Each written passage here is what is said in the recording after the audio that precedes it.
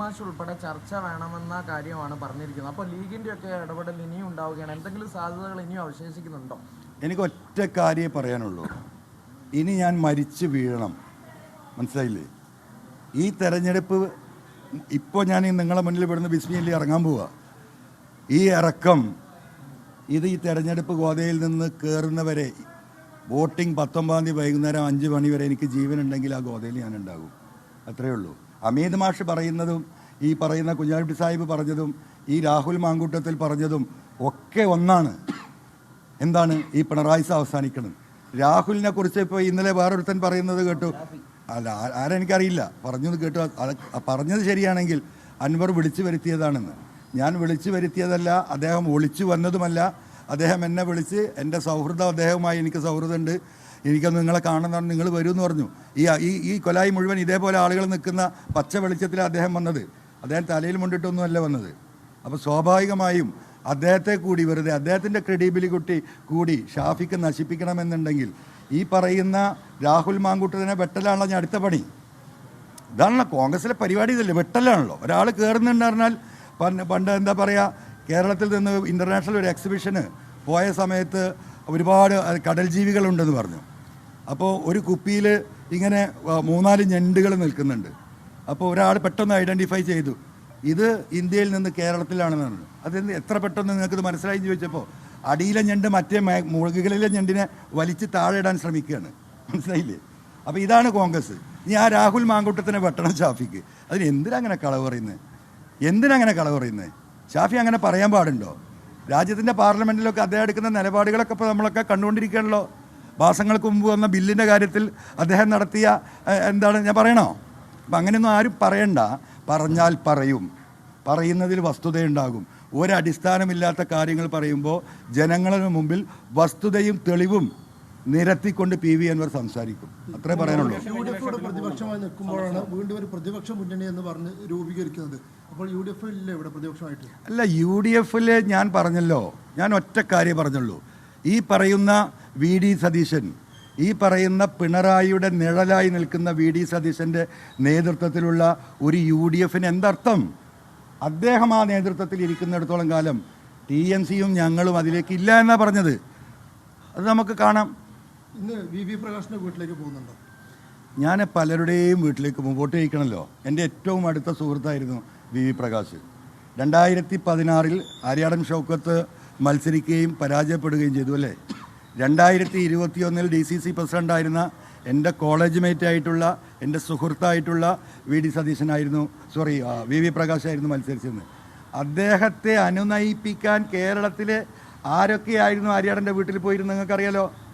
അങ്ങനെ അനുനയിപ്പിച്ച് എല്ലാം സെറ്റിലായി എന്ന് നിങ്ങൾ വാർത്ത കൊടുത്ത് UDFൻ്റെ ആദ്യത്തെ പൊതുയോഗത്തിലേക്ക് പ്രസംഗം നടന്നുകൊണ്ടിരിക്കുമ്പോൾ ഷൗക്കത്ത് കയറി വരുമ്പം ബഹുമാനിച്ചിട്ട് എൻ്റെ സുഹൃത്ത് ഈ പറയുന്ന VV പ്രകാശ് ഇറങ്ങിച്ചെന്ന് കൈ കൊടുത്തപ്പോൾ കൈ തട്ടിപ്പോയവനാണ് ഈ പറയുന്ന ആര്യാടൻ ഷൗക്കത്ത്. അതൊന്നും നിലമ്പൂരിലെ കോൺഗ്രസ്സുകാർ അത്ര എളുപ്പം മറക്കുമെന്ന് നോക്കണ്ട. അദ്ദേഹത്തിൻ്റെ മരണം അദ്ദേഹം ഹൃദയം പൊട്ടി മരിച്ചതാണ്. അതിന് കാരണക്കാരൻ ഇദ്ദേഹം കൊടുത്ത അങ്ങേയറ്റത്തെ പ്രഷറാണ് എന്ന് വിശ്വസിക്കുന്ന ഭാര്യയും മക്കളും അച്ഛനും അമ്മയുള്ള വീടാണത്. മനസ്സിലായില്ലേ? ആ വീട്ടിൽ ഞാൻ പോകാതിരിക്കുമോ? ഞാൻ നോമിനേഷൻ കൊടുത്താൽ ആദ്യം പോയിട്ട് അവരോട് തന്നെയല്ലേ ഞാൻ വോട്ട് ചോദിക്കേണ്ടത്. ഞാനന്ന് ആഫ്രിക്കയിലാണ്. തെരഞ്ഞെടുപ്പിൻ്റെ റിസൾട്ടിൻ്റെ തലേ ദിവസമാണ്. ആഫ്രിക്കയിൽ നിന്ന് ഇവിടെ എത്തണമെങ്കിൽ 36 മണിക്കൂറൊന്ന് വിമാനത്തിലിരിക്കണം. ആ വിമാനം ഇറങ്ങി 1.5 ദിവസം ഉറക്കൊഴിച്ച് എയർപോർട്ടിൽ നിന്നും ഞാൻ ആ ഇട്ട ഡ്രസ്സിലാണ് ആ വീട്ടിലേക്ക് പോയത്. അപ്പോൾ അദ്ദേഹത്തിൻ്റെ ഒരു ബന്ധു എന്നോട് എന്താ പറഞ്ഞറിയോ? ഇദ്ദേഹം മരിച്ച ദിവസം രാത്രി 1:30 മണിക്കാണ് വിവരം കിട്ടിയിട്ട് മഞ്ചേരി മലബാർ ഹോസ്പിറ്റലിൽ ഇദ്ദേഹം വരുന്നത്. ഈ ബോഡി കണ്ടതിന് ശേഷം അദ്ദേഹം കുറച്ച് മാറി നിന്ന് ഫോണിൽ ചിരിച്ചുകൊണ്ട് സംസാരിക്കുന്നു. ആരാ പറഞ്ഞത്? ഇദ്ദേഹത്തിൻ്റെ ഉറ്റ ബന്ധു, ഒരേ രക്തം, ഫോണിൽ സംസാരിക്കുന്നു. അങ്ങനെ ചിരിച്ചുകൊണ്ട് ആസ്വദിച്ചുകൊണ്ട് ഒരു വണ്ടിമ്പലയും നീങ്ങിയല്ലോ എന്ന സന്തോഷത്തിൽ 10 മിനിറ്റ് കഴിഞ്ഞ് ആ ആശുപത്രിയിൽ നിന്ന് പോവുകയാണ്. പിന്നെ ഈ ശരീരമെടുക്കാനുള്ള ആശുപത്രിയിലെ പ്രൊസീജിയറെല്ലാം കഴിഞ്ഞ് വീട്ടിലേക്കെത്തി രാവിലെ 7:30 മണിക്ക് ഈ പറയുന്ന വ്യക്തി വരുന്നു. എൻ്റെ വാക്കല്ല കേട്ടോ, അദ്ദേഹത്തിൻ്റെ ബന്ധുവിൻ്റെ വാക്കാണ്. അപ്പോൾ എന്താ പറഞ്ഞറിയോ? രാവിലെ മറ്റൊരു ഷർട്ട്, അത് കഴിഞ്ഞ് വൈകുന്നേരത്തെ അനുശോചന യോഗത്തിൽ അദ്ദേഹം കുളിച്ച് കുട്ടപ്പനായി വരുമ്പോൾ മറ്റൊരു ഷർട്ട്, അദ്ദേഹത്തിൻ്റെ വാക്കാണ്. അപ്പോൾ എങ്ങനെയാണ് അൻവർക്ക ഇങ്ങനെ സാധിക്കുക? അദ്ദേഹം ആസ്വദിക്കുകയല്ലേ, ഏട്ടനെ ഞങ്ങളെയും കൊന്നതല്ലേ എന്ന് വിശ്വസിക്കുന്നു ആ കുടുംബം. മനസ്സിലായോ? ആ കുടുംബത്തിൻ്റെ വേദന നിലമ്പൂരിലെ കോൺഗ്രസ്സുകാർ കാണാതിരിക്കുമോ? ആ കുടുംബം കാണാതിരിക്കുമോ? അപ്പോൾ ആ വീട്ടിൽ ഞാൻ പോവില്ലേ? കുടുംബത്തിന്റെ അനുമതിയോടെയാണോ പോകുന്നത്? കുടുംബത്തോട് എന്ത് വോട്ട് ചോദിക്കാൻ ഏത് സ്ഥാനാർത്ഥിക്ക് ഏത് വീട്ടിലും പോകാൻ പറ്റില്ലേ?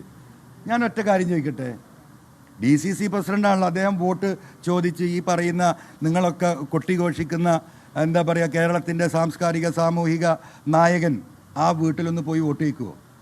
ഇനി ധൈര്യമുണ്ടോ? ഇതുവരെ പോയിട്ടില്ലല്ലോ. ഇനി PV Anwar പറഞ്ഞിട്ട് പോവല്ലേ എനിക്കറിയില്ല. ആ പോയാൽ അതിൻ്റെ വിവരം അതിൻ്റെ അകത്തുനിന്ന് അറിയുകയും ചെയ്യും. എന്തേ ആ വീട്ടിലേക്ക് പോലും പോകാൻ കഴിയാത്തത്? അത് നിലമ്പൂരിലെ കോൺഗ്രസ്സുകാർക്ക് അറിയാം.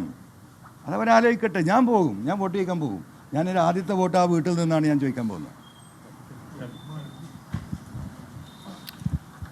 PV Anwar നാമനിർദ്ദേശ പത്രിക സമർപ്പിക്കുന്നതിന് മുൻപായി മാധ്യമങ്ങളോട് കാര്യങ്ങൾ വിശദീകരിക്കുകയായിരുന്നു. ഗുരുതരമായ ആരോപണങ്ങൾ, ഭീഷണി സ്വരത്തിലുള്ള പ്രതികരണങ്ങൾ എന്നിവ PV Anwarന്റെ ഭാഗത്തുണ്ടായിട്ടുണ്ട്.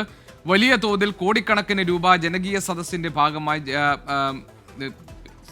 പിരിച്ചതിന്റെ കണക്ക് നേരത്തെ PV Anwar പറഞ്ഞു. അതിന് പിന്നിൽ മുഹമ്മദ് റിയാസ് ഉണ്ട്. കച്ചവടക്കാരിൽ നിന്ന് പണം ചോദിക്കുന്നതും പണം വാങ്ങുന്നതിനുമായ തെളിവുകൾ തന്റെ കയ്യിലുണ്ട്. ആ തെളിവുകൾ പുറത്തുവിടാൻ തന്നെ നിർബന്ധിക്കരുത്. വ്യക്തിപരമായി അധിക്ഷേപം ഉന്നയിച്ചാൽ തെളിവുകൾ സഹിതം അതിന് മറുപടി പറയും. ഇനി താൻ നോക്കി നിൽക്കില്ല എന്ന ഒരു ഭീഷണിയുടെ സ്വരം കൂടി PV Anwarന്റെ ഈ വാർത്താ സമ്മേളനത്തിൽ ഉണ്ടായിരുന്നു. അതിനുശേഷം നാമനിർദ്ദേശ പത്രിക സമർപ്പിക്കാൻ തന്നോടൊപ്പം ഉണ്ടാവുക, തന്നെ അനുഗമിക്കുന്നത് ഏതെങ്കിലും ടാറ്റയോ ബിർളയോ അദാനിയോ ഒന്നും ആയിരിക്കില്ല. അത് ഒരു മലയോര കർഷകരെ പ്രതിനിധീകരിച്ച് ഒരു മലയോര കർഷകൻ, അതോടൊപ്പം തന്നെ ഒരു ഓട്ടോറിക്ഷ തൊഴിലാളി, പിന്നെ വഴിയോര കച്ചവടക്കാരെ പ്രതിനിധീകരിച്ച ഒരാൾ. അങ്ങനെ സാധാരണക്കാരിൽ സാധാരണക്കാരായ ആളുകളായിരിക്കും നാമനിർദ്ദേശ പത്രിക സമർപ്പണത്തിന് തന്നോടൊപ്പം ഉണ്ടാവുക എന്ന് PV Anwar സൂചിപ്പിക്കുന്നു. രാഷ്ട്രീയ ആരോപണങ്ങൾക്ക് രാഷ്ട്രീയമായി തന്നെ മറുപടി പറയും. മുഖ്യമന്ത്രി ഇന്നലെ പറഞ്ഞ കാര്യങ്ങളിൽ കുറച്ച് കാര്യങ്ങൾ താൻ കേട്ടിട്ടുണ്ട്. ബാക്കി കാര്യങ്ങൾ, അതിനപ്പുറമുള്ള കാര്യങ്ങൾക്കുള്ള മറുപടി നാളെ വിളിച്ചു ചേർക്കുന്ന വാർത്താ സമ്മേളനത്തിൽ തന്നിൽ നിന്ന് പ്രതീക്ഷിക്കാം എന്നുകൂടി PV Anwar പറയുന്നുണ്ട്. PV Anwar ഇനി ഏതൊക്കെ വിഷയങ്ങളിലാണ് പ്രതികരണം നടത്താൻ പോകുന്നത് എന്നതിന്റെ സൂചന നൽകിക്കഴിഞ്ഞു. തനിക്കെതിരെ വ്യക്തിയാധിക്ഷേപം നടത്തുകയാണ് ഉദ്ദേശമെങ്കിൽ മൂന്ന് മുന്നണികളിലെയും നേതാക്കൾക്കെതിരെ താൻ അതിന് മറുപടി നൽകിക്കൊണ്ട് തെളിവുകൾ സഹിതം കാര്യങ്ങൾ പറയും എന്നാണ് Anwar ഇപ്പോൾ പറഞ്ഞിരിക്കുന്നത്.